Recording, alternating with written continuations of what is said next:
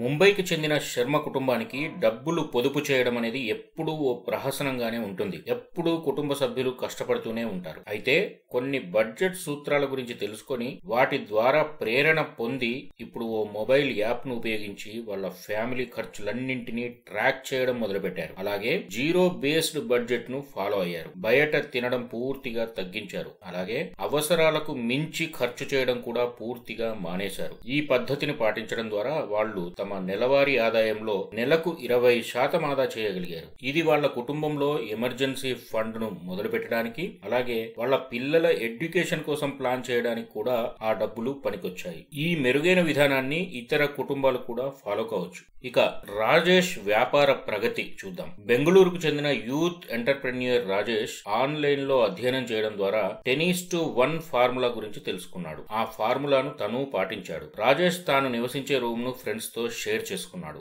అలాగే సొంత వాహనం కొనకుండా పబ్లిక్ ట్రాన్స్పోర్ట్ ను మాత్రమే ఉపయోగించుకున్నాడు. ఫలితంగా తన రోజువారీ జీవన ఖర్చులను చాలా వరకు తగ్గించుకున్నాడు. అలా ఆదా చేసిన డబ్బులు అతనికి సైడ్ బిజినెస్ లో పెట్టుబడి పెట్టడానికి పనికొచ్చాయి. అది చివరికి ఇప్పుడు తన కుటుంబం మొత్తానికి ప్రధాన ఆదాయ వనరుగా మారిపోయింది. ఇలా రాజేష్ తన ఆర్థిక అభివృద్ధికి తన ఫైనాన్షియల్ డిసిప్లిన్ ఉదాహరణగా చెబుతుంటాడు. సునీత ఆరోగ్యవంతమైన పెట్టుబడి. ఢిల్లీకి చెందిన సునీత తన ఆఫీస్ కోసం సాధారణ కుర్చీ కాకుండా ఎర్గోనామిక్ చైర్ కొనుగోలు చేసింది. ఫలితంగా తన మెడికల్ ఖర్చులను తగ్గించుకుంది. ఎక్కువ ధర పెట్టి ఆ చైర్ ఎందుకు కొనాల్సి వచ్చింది, ఇందులో పొదుపు ఎక్కడుంది అన్న సందేహం రావచ్చు. అయితే సునీతకు బ్యాక్ పెయిన్ ఉంది.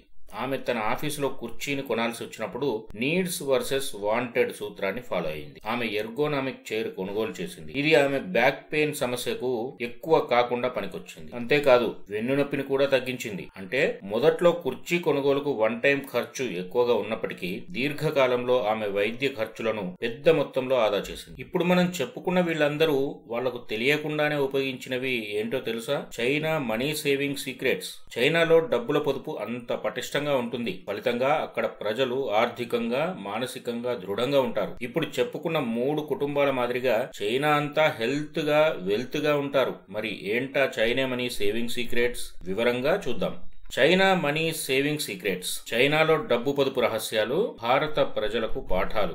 డబ్బులు పొదుపు చేయడం అన్నది ప్రతి ఒక్కరి జీవితంలో, ప్రతి కుటుంబంలో ముఖ్యమైన అంశం. ఇది వ్యక్తిగత స్థాయిలోనే కాకుండా ఒక సమాజం ఆర్థిక భద్రతకు కూడా చాలా కీలకం. ప్రపంచంలోని కొన్ని దేశాలు దీన్ని తమ జీవన విధానంలో ఓ భాగంగా మలుచుకున్నాయి. అందులో చైనా ముందు వరుసలో ఉంటుందని చెప్పుకోవచ్చు. చైనా ప్రజల పొదుపు విధానాలు ఒక రకంగా ప్రపంచానికి ఆదర్శంగా నిలుస్తాయని చెప్పొచ్చు. ఆలోచన, ప్రణాళికలో చైనా ప్రజలు అందరికంటే ముందు వరుసలో ఉంటారు. ఎవరు అవునన్నా కాదన్నా ఇది నిజం. చైనాలో గ్రాస్ సేవింగ్స్ రేటు 45.9%. అంటే ప్రతి 100 రూపాయల్లో 46 రూపాయలు సేవ్ చేస్తారు. ఇక అమెరికాలో ఇది కేవలం 3.5% నుంచి 5% వరకు మాత్రమే ఉంటుంది. ఈ గణాంకాల ద్వారా రెండు దేశాల ప్రజల ఆలోచనల మధ్య, ఆచరణల మధ్య భారీ తేడాను గమనించవచ్చు. ఇక మన దేశంలో ప్రజలను చూసుకుంటే దాదాపు సగం మంది అప్పులతోనే జీవితాన్ని నెట్టుకొస్తుంటారు కాదంటారా? మరి చైనాకు ఇతర దేశాలకు మధ్య ఇంతటి వ్యత్యాసం ఎందుకుంది? చైనా ప్రజలు డబ్బులు పొదుపు చేయడంలో అంతగా ఎలా నిష్ణాతులయ్యారు? ఈ రహస్యాలను భారతదేశంలోకి అన్వయించి చూసినప్పుడు మనకు కొన్ని ప్రయోజనకరమైన, మనం అనుసరించాల్సిన విలువైన పద్ధతుల గురించి తెలుస్తాయి. భారతదేశంలో కూడా మరీ అంతగా పరిస్థితులు దిగజారలేదనుకోండి. ఇక్కడ కూడా మనలో పొదుపు అలవాట్లు ఉన్నాయి. డబ్బులు పొదుపు చేస్తుంటాం. అయితే ఆచరణ చైనాతో పోలిస్తే మనకు ఇంకా పొదుపు పద్ధతులు మెరుగుపరుచుకోవాల్సిన అవసరం ఉంది. చైనా ప్రజలు డబ్బులు సేవ్ చేసుకోవడంలో ఎంతగా నిష్ణాతులయ్యారో వారిని చూసి మన భారతదేశంలో కూడా ఏమేం నేర్చుకోవచ్చో ఈ వీడియోలో పూర్తిగా పరిశీలిద్దాం. పొదుపుపై సంస్కృతి ప్రభావం. చిన్నప్పటి నుంచే చైనా ప్రజలు తమ పిల్లలకు డబ్బులు సేవ్ చేయడం ఒక తప్పనిసరి, గౌరవప్రదమైన అలవాటుగా నేర్పిస్తారు. చైనాలోని కుటుంబ సంప్రదాయాల్లో రెడ్ ఎన్వలప్స్ అనే ఒక ప్రత్యేకత ఉంది. ఈ రెడ్ ఎన్వలప్స్ అంటే ఏంటంటే, చైనీస్ నూతన సంవత్సరం సమయంలో పెద్దలు పిల్లలకు బహుమతుల రూపంలో డబ్బు ఇచ్చే సంప్రదాయం. దీనిని లక్కీ మనీ పేరుట ఇస్తారు. ఇలా ఇచ్చే డబ్బు పిల్లల్లో పొదుపు అలవాటుకు నాందిగా ఉపయోగపడుతుంది. వాళ్ళ పొదుపు అలవాట్లను పెంపొందిస్తుంది. అయితే పిల్లలకు తమ లక్కీ మనీని ఎలా పొదుపు చేయాలో వయసులో పెద్దవాళ్లు, వాళ్ళ తల్లిదండ్రులు కూడా సలహాలు ఇస్తారు. అప్పటి నుంచే పొదుపుకు సంబంధించిన ప్లాన్లు రూపొందిస్తారు. పిల్లలకు అర్థమయ్యేలా చెబుతారు. భారతదేశంలో కూడా దీపావళి లేదా మిగతా పండుగల సందర్భాల్లో, వివాహాల సమయంలో పిల్లలకు డబ్బులు బహుమతిగా ఇవ్వడం జరుగుతూ ఉంటుంది. అయితే చైనాలో మాత్రం పిల్లలకు అలా ఇచ్చే డబ్బులను లక్కీ మనీగా భావిస్తారు. అయితే ఆ డబ్బులను పిల్లలు సాధారణంగా చిన్న అవసరాల కోసం కూడా ఖర్చు చేస్తారు. అయితే అవసరమైతేనే ఆ అవసరాలకు ఖర్చు చేస్తారు, లేదంటే ఆ డబ్బులను పొదుపు లేదా పెట్టుబడులుగా మారుస్తారు. ఫలితంగా వాళ్ళ పిల్లల ఆర్థిక భవిష్యత్తుకు ఈ పొదుపు అనేది దోహదం చేస్తుంది. అలాగే పిల్లల్లో మెరుగైన ఆర్థిక అలవాట్లు చిన్నప్పటి నుంచే మొదలవుతాయి. చైనా ప్రజలు దీన్ని ఒక సంప్రదాయంగా భావిస్తారు కాబట్టి ఇలాంటి అలవాటును తప్పనిసరిగా భావిస్తారు. ఇలాంటివి పిల్లల ఆర్థిక జీవిత క్రమశిక్షణకు ఎలా పనికొస్తాయో అంచనా వేసుకొని మనం కూడా అదే విధానాన్ని అనుసరించవచ్చు. ఇందులో తప్పేమీ లేదు. జనాభా మరియు కుటుంబాల ప్రభావం. 1970 దశకం చివర్లో చైనాలో ప్రారంభమైన ఒకే శిశువు విధానం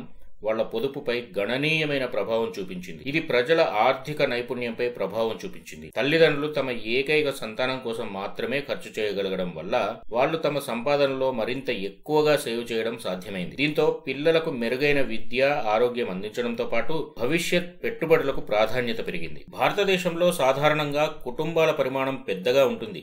ఇవి పిల్లల అవసరాలను తీర్చడంలో మరియు పొదుపు అలవరించడంలో కొన్ని సవాళ్లకు కారణమవుతాయి. అయితే పిల్లల చదువు, నైపుణ్యాల అభివృద్ధి, ఆరోగ్యం వంటి ప్రాధాన్య అంశాలకు అధిక ప్రాముఖ్యత ఇస్తూ చైనా తరహాలో పొదుపు అలవాట్లను మనం పాటిస్తూనే పిల్లలకు కూడా చిన్నప్పటి నుంచే నేర్పించవచ్చు. దీంతో పిల్లల భవిష్యత్తు కూడా మరింత మెరుగ్గా ఉంటుంది. డబ్బుల పట్ల మానసిక దృక్పథం. చైనా వాసులకు డబ్బులనేవి భద్రత మరియు విజయానికి సంకేతం. వారి నూతన సంవత్సర శుభాకాంక్షల్లోనే దీని అర్థం దాగి ఉంది. కొత్త సంవత్సరం నాడు పరస్పరం గాంగ్ సీఫా సై అని సంబోధిస్తారు. అంటే మీరు ధనవంతులు కావాలని ఆకాంక్ష అనేది దాని అర్థం. చైనా సంస్కృతిలో ఈ ఆలోచన ఎప్పటి నుంచో ఒక సంప్రదాయంగా వస్తోంది. దీనివల్ల వ్యక్తిగత స్థాయిలో కూడా ఎవరికి వాళ్లలో పొదుపు ప్రాధాన్యత మానసికంగా పెరుగుతుంది. భారతదేశంలో కూడా ధనం అలాగే సంపదకు సమున్నతమైన గౌరవం ఉంది. అయితే ఈ సంపదను, డబ్బులను పెళ్లిళ్లు, పండుగలు అలాగే విలాసాలకు చాలా ఎక్కువగా ఖర్చు చేస్తారు.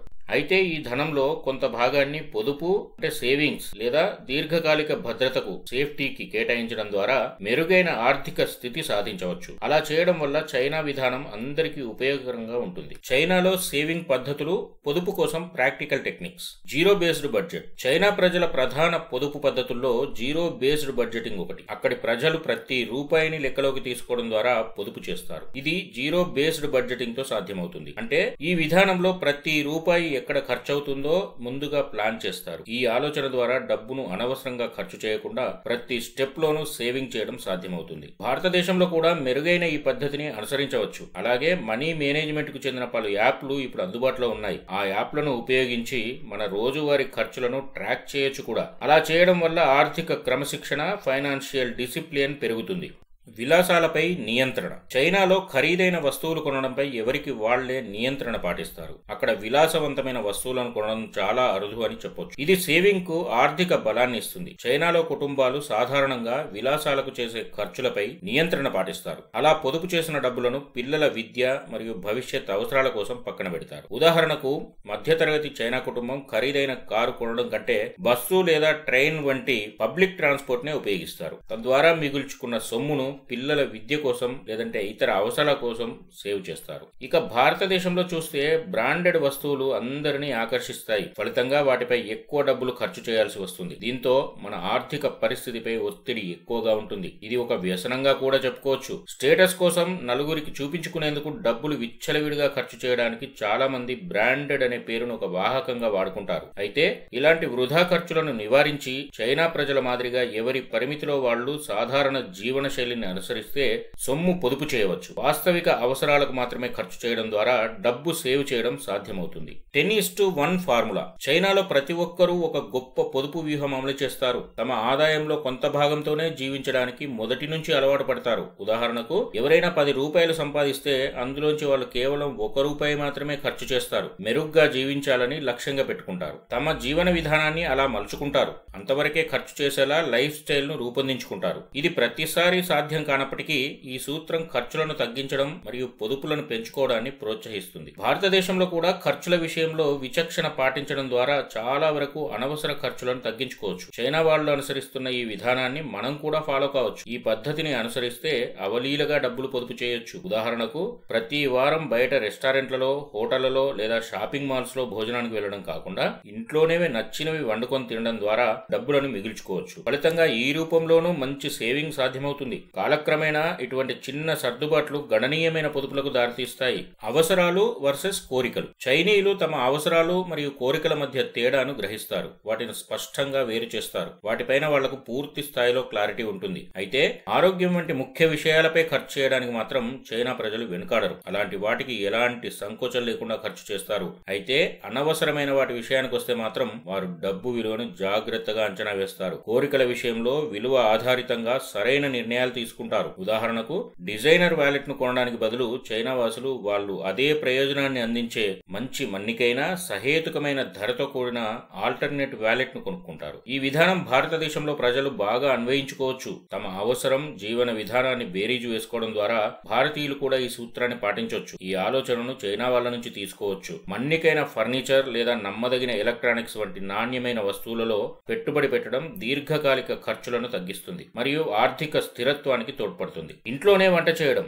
చైనీస్ కుటుంబాలు సాధారణంగా ఇంట్లోనే భోజనం చేయడానికి ప్రాధాన్యత ఇస్తారు. ఈ అలవాటు ఖర్చులను చాలా వరకు తగ్గిస్తుంది. అంతేకాకుండా ఆరోగ్యకరమైన అలవాట్లను నేర్పిస్తుంది. ప్రత్యేక సందర్భాల్లో అయితే, తప్పనిసరి పరిస్థితుల్లో అయితే పర్వాలేదు. కానీ తరచూ బయట హోటళ్లు, రెస్టారెంట్లలో భోజనం చేయడం అనేది మన సంపాదనకు చిల్లు పెడుతుంది. ఈ అలవాటు వల్ల డబ్బులు ఆదా చేయడమే కాకుండా ఆరోగ్యకరమైన ఆహారపు అలవాట్లు కూడా సాధ్యమవుతాయి. ఇలా ఇంట్లోనే భోజనం చేసే అలవాటు పెంచుకోవడం వల్ల డబ్బులు ఆదా చేయడమే కాకుండా ఆరోగ్యకరమైన ఆహారపు అలవాట్లు కూడా సాధ్యమవుతాయి. అదేవిధంగా భారతదేశంలో కూడా ఇంట్లోనే వంట చేసుకుని తినడం, బయట తినడం తగ్గిస్తే ఇక్కడి కుటుంబాలు కూడా నెలవారీగా ₹1000 ఆదా చేసుకోవచ్చు. సరుకులను, కిరాణా వస్తువులను డెలివరీ చేసే కొన్ని యాప్లను ఉపయోగించడం ద్వారా వాటిలో వస్తువులు బుక్ చేసుకుని ఇంటికే తెప్పించుకోవడం వల్ల, అలాగే ఇంట్లో వంట చేయడం ద్వారా ఖర్చులను భారీగా తగ్గించుకోవచ్చు. గ్రూపులుగా కలుసుకున్నప్పుడు కూడా లంచ్ లేదా డిన్నర్ మీటింగులు కాకుండా కాఫీ, టీ భేటీలు నిర్వహించుకోవడం వల్ల సామాజిక బంధాలు కొనసాగిస్తూనే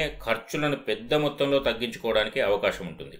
చైనా సేవింగ్ పద్ధతులు భారతదేశంలో కూడా అనుసరించదగిన సమర్థవంతమైన, విలువైన పాఠాలుగా చెప్పుకోవచ్చు. పొదుపు పట్ల సానుకూల దృక్పథాన్ని అలవర్చుకోవడం ద్వారా మెరుగైన ఫలితాలు సాధించవచ్చు. ఆచరణాత్మక బడ్జెట్ పద్ధతులను అవలంబించడం, అలాగే స్వల్పకాలిక భోగాలను వదిలించుకొని దీర్ఘకాలిక స్థిరత్వంపై దృష్టి సారించడం ద్వారా భారతీయ కుటుంబాలు కూడా ఎక్కువ ఆర్థిక భద్రతను సాధించవచ్చు. చైనా వారిలా గాంగ్ సి ఫా సై అని మనం కూడా ధనవంతులవడానికి కృషి చేయవచ్చు. చైనా ప్రజలు అనుసరిస్తున్న రహస్యాలను మనం గమనించి గాంగ్ సి ఫా సై అనే వారి సంకల్పాన్ని భారతదేశంలో కూడా అనుసరించడం ద్వారా ఆర్థిక సమృద్ధిని పెంపొందించుకోవచ్చు. మనము ధనవంతులు కావచ్చు. నా వీడియో మొదటిసారి చూస్తున్న వాళ్ళు సబ్స్క్రైబ్ చేసుకోండి. ఈ వీడియో మీకు నచ్చితే లైక్ చేయండి. మీకు ఏమనిపించిందో కామెంట్లో తెలియజేయండి. మీ ఫ్రెండ్స్ కు షేర్ చేయండి. Thank you.